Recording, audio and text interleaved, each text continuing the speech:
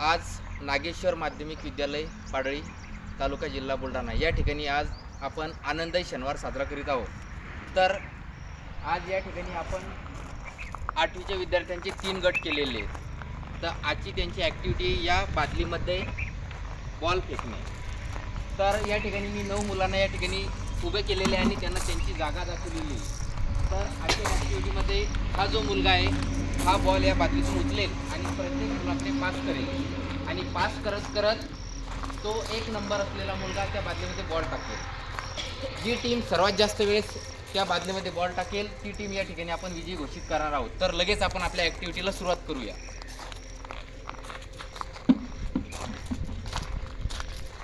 चला पास कर।